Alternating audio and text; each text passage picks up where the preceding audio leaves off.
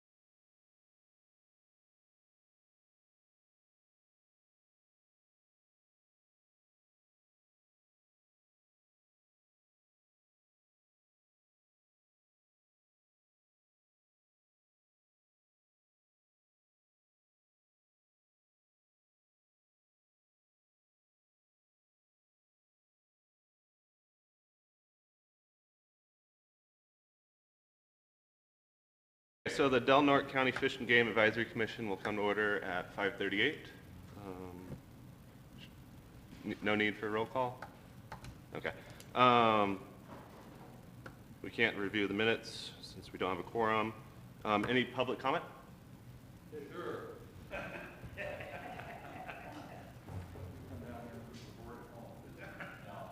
really. And I think it's not a formal meeting, correct? Yeah. Can I give out handouts? Yes. Okay, that's all I wanted to hear.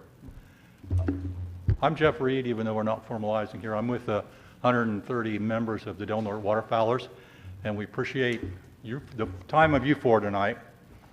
Not a good night for some folks, I guess. A couple of quick things. I called in on the Zoom thing, for lack of a better term, last month, and I just wanted to let you know that hearing on the phone, for anyone that's not speaking right into a microphone, it's almost impossible. And you may already know that, I don't know, it's not necessarily a complaint, but I missed a lot listening on the phone, particularly what Jackie said. I missed half of it, and that didn't do me favors later on, but that's another story. But it's not a bad way to attend if you're out of town like I was. And Jackie sent me a message today saying Fish and Wildlife will be here for the next meeting. And our group doesn't really know what to expect, and I don't know if you all do, but I don't know if they're going to take questions and give answers, if they're just going to lecture us or show us a dog and pony show like they showed us up in Smith River. And if you all don't have any ideas, our group thought, if you don't mind, we have about 3 pages of what I would call talking points that we would like to see addressed. And by that I don't mean you guys have to ask those questions, but we'd like these things to be part of that discussion. So for those that are here, and maybe for those that aren't, I'll give Jackie the rest. I brought 10 copies, and I don't want to take them all home.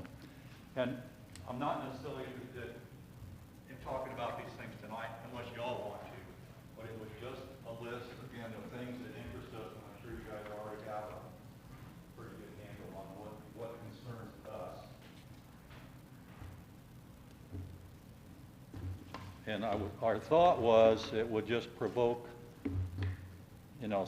some questions or discussions from you all when the Fish and Wildlife folks are here, and whether or not we get answers,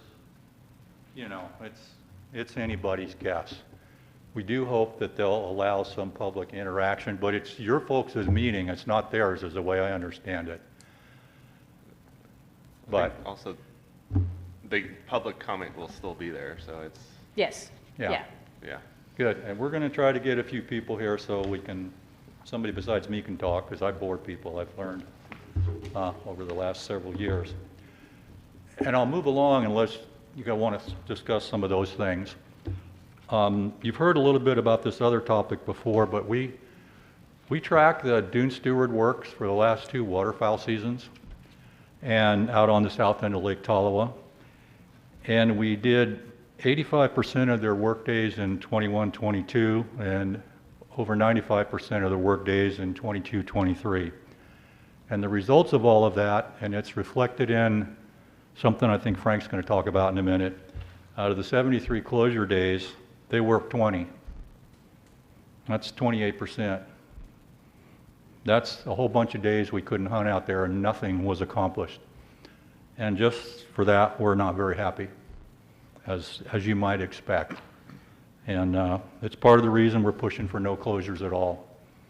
And my expectation is they'll have a bigger workforce this year and next year. But to get more than 20 work days, they don't have to have a very big workforce. And the average workforce out there during those 20 days was 2.6 people, which is 1 driver and a worker and somebody to pass out coffee. No disrespect to any of them, but I'm sorry, that's not a good way to do business. Moving on to something more current, back in February, the Wildlife Conservation Board met in Sacramento or somewhere, and I zoomed into that call the day after I had shoulder surgery. The week before, the Del Norte Waterfowlers had sent them a 3-page document of why we're opposed to the granting of $2 million for 25 years of dune restoration out there. And our opposition to the grant was solely based on the timing.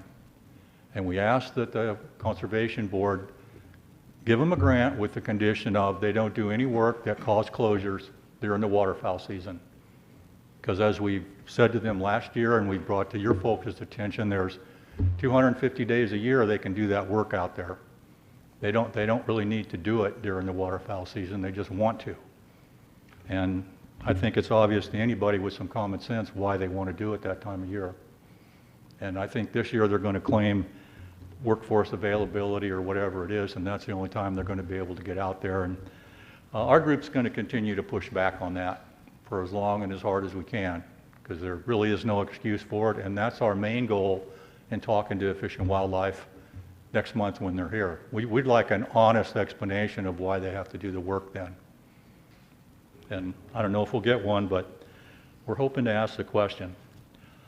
And this is sort of mentioned in the first piece of the talking points I handed out to you, and it's the only one I'll go to in any kind of detail. But to go back to that grant for a total of $2.6 million in project expenses for 25 years. That comes out to, if you do some basic math, 6,250 days they could work outside of the waterfowl season. We're talking about less than 18 acres.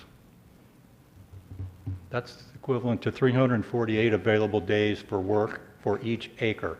That's a year. Everybody in this room, I'm sure, knows how big an acre is. I don't care whether it's trees or wetlands or woods, but you can do a lot of work on an acre in a year.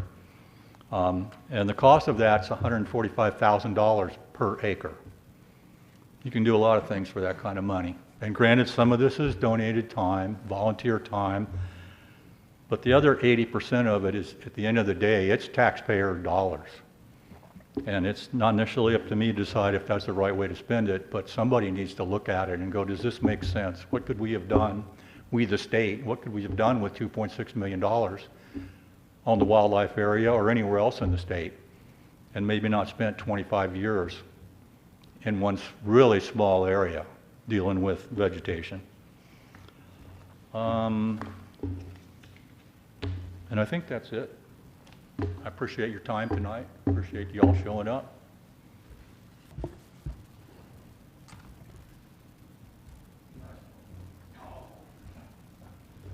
Hi, Frank Galea, member of the organization there, Delaware Waterfowlers. I'm also a wildlife biologist here in town for over 30 years, and I was a founding member of this commission and served on it for 20 years. I've got just some pointers for you, and whether or not you choose to use these as questions to the representatives of the Department of Fish and Game is up to you. But I thought I would at least prepare these because it's a little bit slightly complex issue as to why the closures are occurring, what their stance is, the department, and what we feel should be asked. Let me just run over these real quick. We're just 3 questions that we would love to see you ask them, but that's up to you. So the first one is, I stated, we the commission, obviously you. We understand that CDFW states an invasive plant removal where it cannot occur over much of the year at Lake Earl Wildlife Area due to the possibility of the presence of the snowy plover. So the snowy plover is an endangered species. It tends to habitat along the beaches, open beaches with very, very little vegetation. There have been, in the last year, there was 2 attempted nests which failed out in that general area, out in the park, out in that part of Lewa. If the folks who are doing the vegetative work, or if the department were to do snowy plover surveys first, if there's no snowy plovers around, or if there's no snowy plover even within 100 meters, 300 feet, they can work. They can work anywhere. So one of our questions is, you can do the surveys. You've got the money to do the surveys. Why not do the surveys? And if they're not there, then you can operate any time of the year, and there's obviously then no need for closures. If they go out and do the surveys, and if no snowy plovers are observed in 4 surveys, that's it for the year. You don't have to do any more surveys. You can just go do the work you need to do in that area. So for us, as an organization of waterfowl hunters, seeing these closures occur and the expense the Fish and Game goes through to create the closures, you got to put up signs, you got to send your personnel out there. Why do that when you've got a real simple solution? Do some surveys for these species and see if they're even there, if they're going to be a problem. Number one. Number two, the snowy plover breeding season is September 15th to February 15th. Waterfowl season is roughly 100 days of those 5 months. That leaves 45 days that you could do vegetation removal outside of the snowy plover survey season and outside of the waterfowl season. 45 days a year when there is absolutely no reason you can't do anything. You can do it. You can do the work. You don't have to worry about the plovers. You don't have to worry about the hunters. They hardly worked. How many days did you say they even worked this year? Well, they worked 20 days in 2 years. So there's 45 days right there. Why not do the work that you need to do in those 18 acres in those 45 days? And that way there's no conflict. There's no need for a closure. That's a question that we've asked them. And we've asked them all these questions, by the way, already. And their response was, we don't agree with what you're stating. And we can close, we have the right to close the Lake Earl. It's part of our jurisdiction. We can close it whenever we want. That was the response we've got. The third question is just, they had to get a coastal development permit for vegetation removal, even if it's not development, it's removal. But in that development permit from the Coastal Commission, it says the proposed project would not restrict existing authorized uses of the subject site. Obviously, waterfowl hunting is a long-standing authorized use of the subject site. So our question is, why is the department working against the intent of the coastal permit by restricting authorized use, such as hunting, when the obvious solution is to have vegetation removal outside of the waterfowl season? So when we look at this issue, we see some real common sense here. We see some real logic, and we're not getting that return. They can ignore us. I don't think they can ignore you if you were to ask these sorts of questions. So that's one of the things we're asking. If you could kind of ask these questions when you have the opportunity, we'd certainly appreciate it. Any questions? Yeah, so they're cleaning the grass off to make habitat for the snowy plover. Right. Turn your mic on. Turn your microphone on. Yes. So the main emphasis in the removal of the beach grass is to create more habitat for the snowy plover, which is an endangered species, which prefers to utilize dunes and beaches which are void of vegetation. That way they can see predators a long way off. They can hide their eggs. Yeah. Microphone. Well, I think, Helen, I think that's definitely one of their objectives, is to create more snowy plover habitat. I think they have their objectives written somewhere, don't they? It seems to me I've seen it. Jeff would be the expert on that. Part of the work plan is to revegetate the area with appropriate native vegetation. Right. I don't think that the snowy plover is listed as one, habitat is listed as Okay, one of. I could be wrong. No, I'm just saying. Yeah. I don't know. But It's we gonna should. help. We should find out. Yeah, Yeah. okay, well, And you guys are all for the surveys, because that can prove one way or the other. we have no problem with what they're doing. We're fully supportive of what they're doing. That's fine. But we've just made it pretty obvious they don't need to have closures to do it. And why are they having closures? Anyway, thank you very much, everybody. I wonder if one approach, since Department of Fish and Wildlife doesn't seem to be responsible, but the California Coastal Development, talking to the people that issued the permit, if they're in violation of the permit. Yeah, Yeah. please do. One thing before I get to that, if it's okay. This group last year did send a letter of support to Jeff Stoddard at Fish and Wildlife before the meeting in Smith River last year, pretty much outlining the things we've already said, and that's included in that little packet I gave you for the folks that weren't here last fall or summer when that went through. And we appreciated that support then, and we appreciate whatever support this group can give to our effort, as well as the Board of Supervisors, who have been pretty supportive as well, just not quite as vocal because there's politics involved. Now, there was a question about, I've forgotten already, Jimmy, sorry. The coastal development. Coastal Development Commission. Permit. Okay. And I wrote the Coastal Commission and specifically wanted to ensure that that permit is valid and functional in whatever legal terms relate to that. And they told me coastal development permits do not expire. They don't go away. Whatever's written in them lasts basically forever or until the project is completed and then the whole thing is shelved somewhere. And I went down that road because before I wrote them back and said, the Fish and Wildlife Department and the folks doing the work are violating 3 or 4 conditions of the actual permit. One has to deal with wetland protection, and there's 2 or 3 pieces to that. The other part is they're violating their own decision, and it was a decision by the coast, or a determination by the Coastal Commission that that project would not interfere with public access and recreation. That's right. It's right there in black and white on the next to the last page. The Coastal Commission told me 5 times they're in discussions with the department. And the department told me they're in discussions with the Coastal Commission. I never got an answer in writing from anybody regarding those issues. And I also pointed out the whole time frame thing that Frank talked about of when they can do this work based on certain conditions, and it's not like they're extravagant. You know, a 100-yard barrier between me and some plant, bush, house, whatever, that's not a big deal. 300 yards isn't that bad. And the interesting thing regarding the plover surveys is they did a monthly survey all of 2021 that I've seen, and the majority of the plovers that are out there are there in the winter. The highest count is in January and February. It's not in the summer when the weather's nice and people will go out there and work and it won't interfere with the waterfowl season. So they're playing, in all honesty, they're playing a game of data and statistics and bureaucracy with us.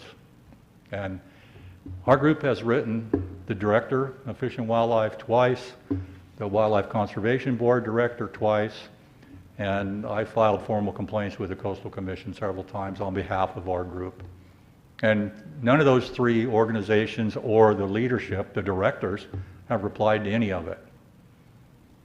They refer me to Mrs. Bartlett, who refers me to Jeff Stoddard, who refers me to Sean Fries, which is right back where we started. I think that we could help by asking our Board of Supervisors to write the letter regarding the coastal development permit, specifically stating that it's not supposed to interfere with any activities. I think that they have to answer the county. They don't have to answer our individual groups. But we have tried, instead of bothering the county. But at this time, I think it's time for the county to say, okay, it says right in the permit. Makes sense to me. And in closing, I would add that perhaps y'all invite every supervisor to the meeting next month and let them see whatever it is that state's bringing to the party. they can't all They're- come. Only 2 can come. Yeah, because they can't Only gather. 2 can come. Well, at once. 2 is public better meeting. than none. Yeah. Well, I don't understand that because I guess there were only 2 supervisors. No, there were 3 supervisors at the October meeting. That was a public meeting. At what? Yeah. What meeting? The October meeting with the department in Smith River. They might not. I don't, realize whatever it. the law, I'm not going to argue about the law because I don't know Yeah. crap about it, but I'd be happy if 2 supervisors showed up, particularly the Yeah. ones whose district that land is in and anybody else that's really interested. And actually, there were 4 supervisors at that meeting, I think. I don't know if Ms. Starkey was there. There were a And couple candidates there too. With all the repeat performances for the last 30 years, when the agencies have come, they listen, they're nice, and they'll say, we'll assign staff to look at it and whatever. And if we really want this 8th meeting to be productive, then not only about this development permit violation, but many of these other questions, we could break them down to be maybe not quite so wordy, I mean, and pick out a half a dozen things and tell them when they come here, we want an answer. And if we write that letter to the Board of Supervisors and they ask for it, I think they're more apt to give us answers that way. Because otherwise, it's just another talk. And they'll walk out of here and we won't have any better answers than what we have right now. Yeah, Because we've certainly tried. I know. And Yeah, like I say, because Jen and I last spring did meet, so what we got referred to was a lawyer with, I always want to call them Fish and Game still, Yeah. California Department of Fish and Wildlife. And they still did the roundabout and never answered the questions when we had that list. But what I was thinking is that we could draft the recommendation, if we break it down and make it simpler, the number 3 to refer or kind of investigate the permit violations and have the County Board of Supervisors ask specifically for that. That seems like the most solid thing, if they're in violation of the permit. And I wish us all success with that. I've pretty much given up on it Yeah, but outside of the lawyerly world, but I think your idea is excellent, But Helen. they do have to, they are obligated to answer the county. Yes. And then with the other, or what I was thinking is, I agree with Helen too, of maybe breaking these down a little bit. But what you're asking is someone from the Sure. commission here to ask the questions, right? Yeah. Yeah. Which. I think you can state it pretty strong without being rude.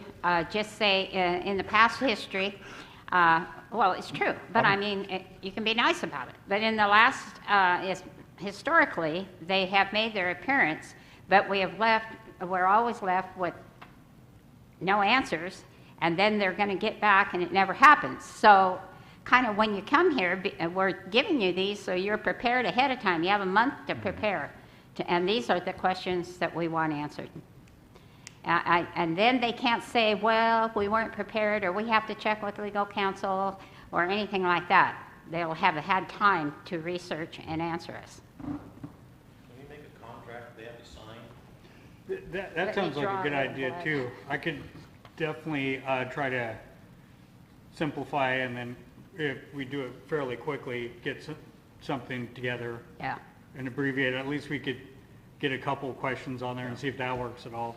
Yeah, and that's only half of my list. I left the other half at home, Yeah. and I thought about what you're talking about, Helen. It makes sense to me to send them 6, 7 items and say, we want to ensure these are discussed at the meeting, or however you want to word it, and then they Well, can't go, we weren't prepared. Maybe before you leave, underline what you think is the most important. I'm prejudiced, but sure, I can work with you on that. Well, yeah, but I But- mean, you have some things in here like about the duck surveys and stuff like that. Well, they're going to refer, the last time that they did those studies was in the Tetra Tech report when they were preparing the last Lake Earl Management Plan. Yeah. And those statistics are in there. But have they done anything else since then? I doubt it. Well, we know they haven't, but. Well, yeah. we don't know, Well, but I doubt it. Huh?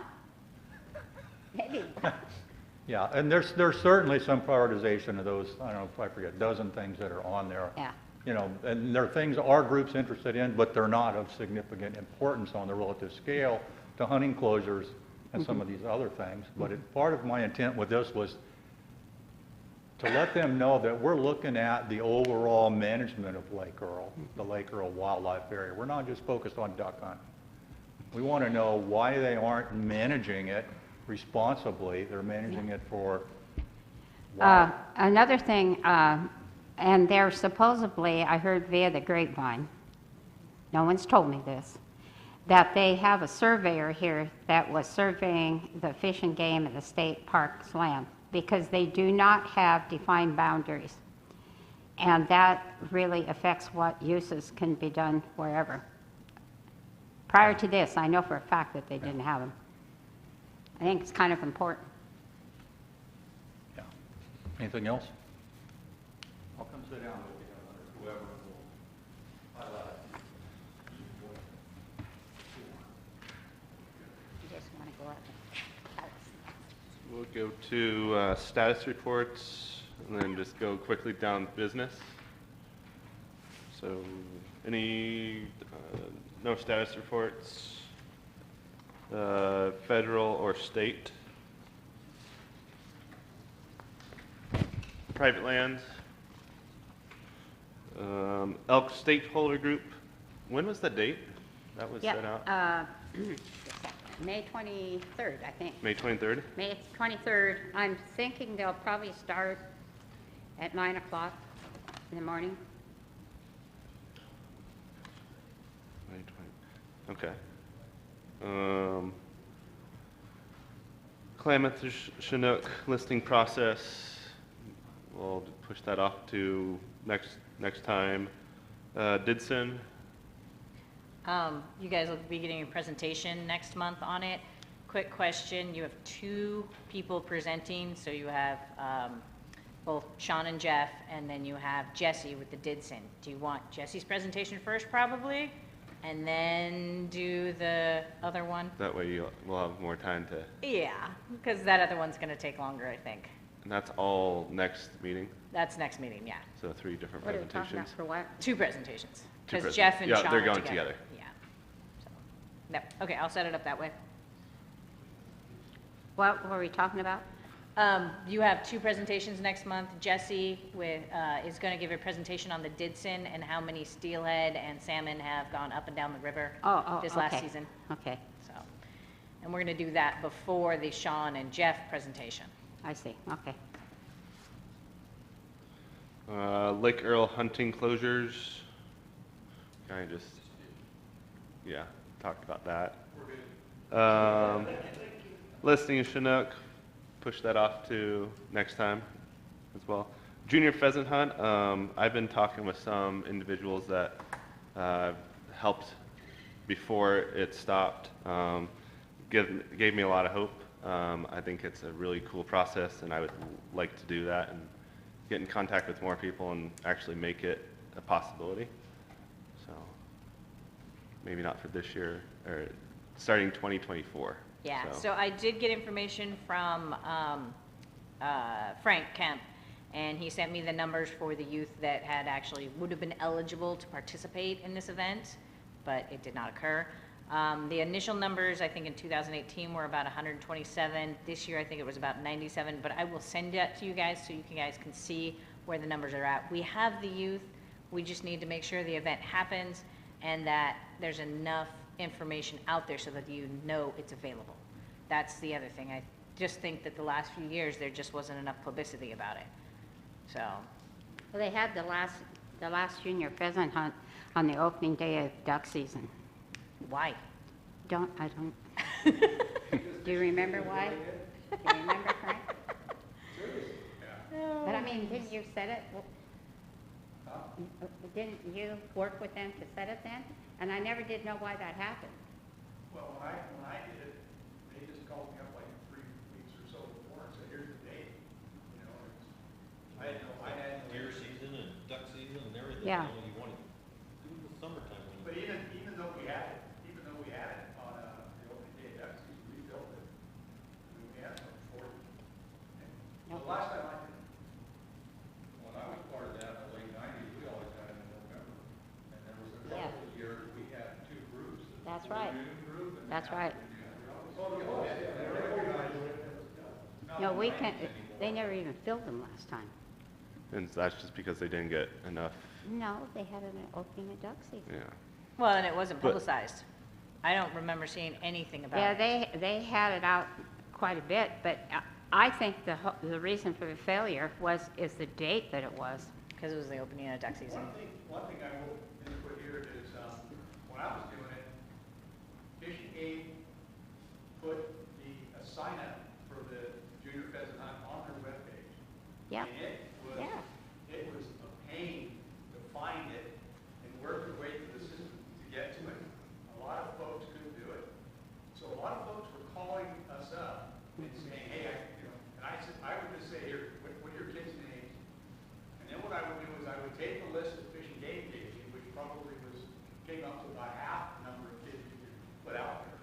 And then I would augment that with the people who would call me up. And I'd say, yeah, we got enough room. I don't think we ever turned anybody away, but we always had, So my point is,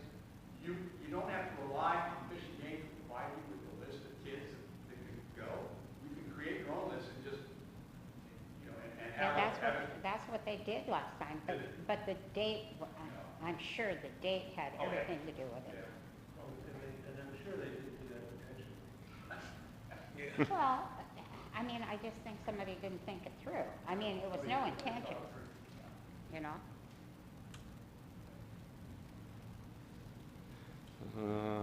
Correspondence.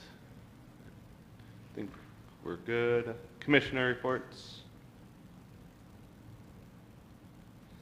Okay, so I guess our next meeting will be May 8th. We'll have a couple presentations, and we'll adjourn the meeting at 6:08. Aye, aye, aye.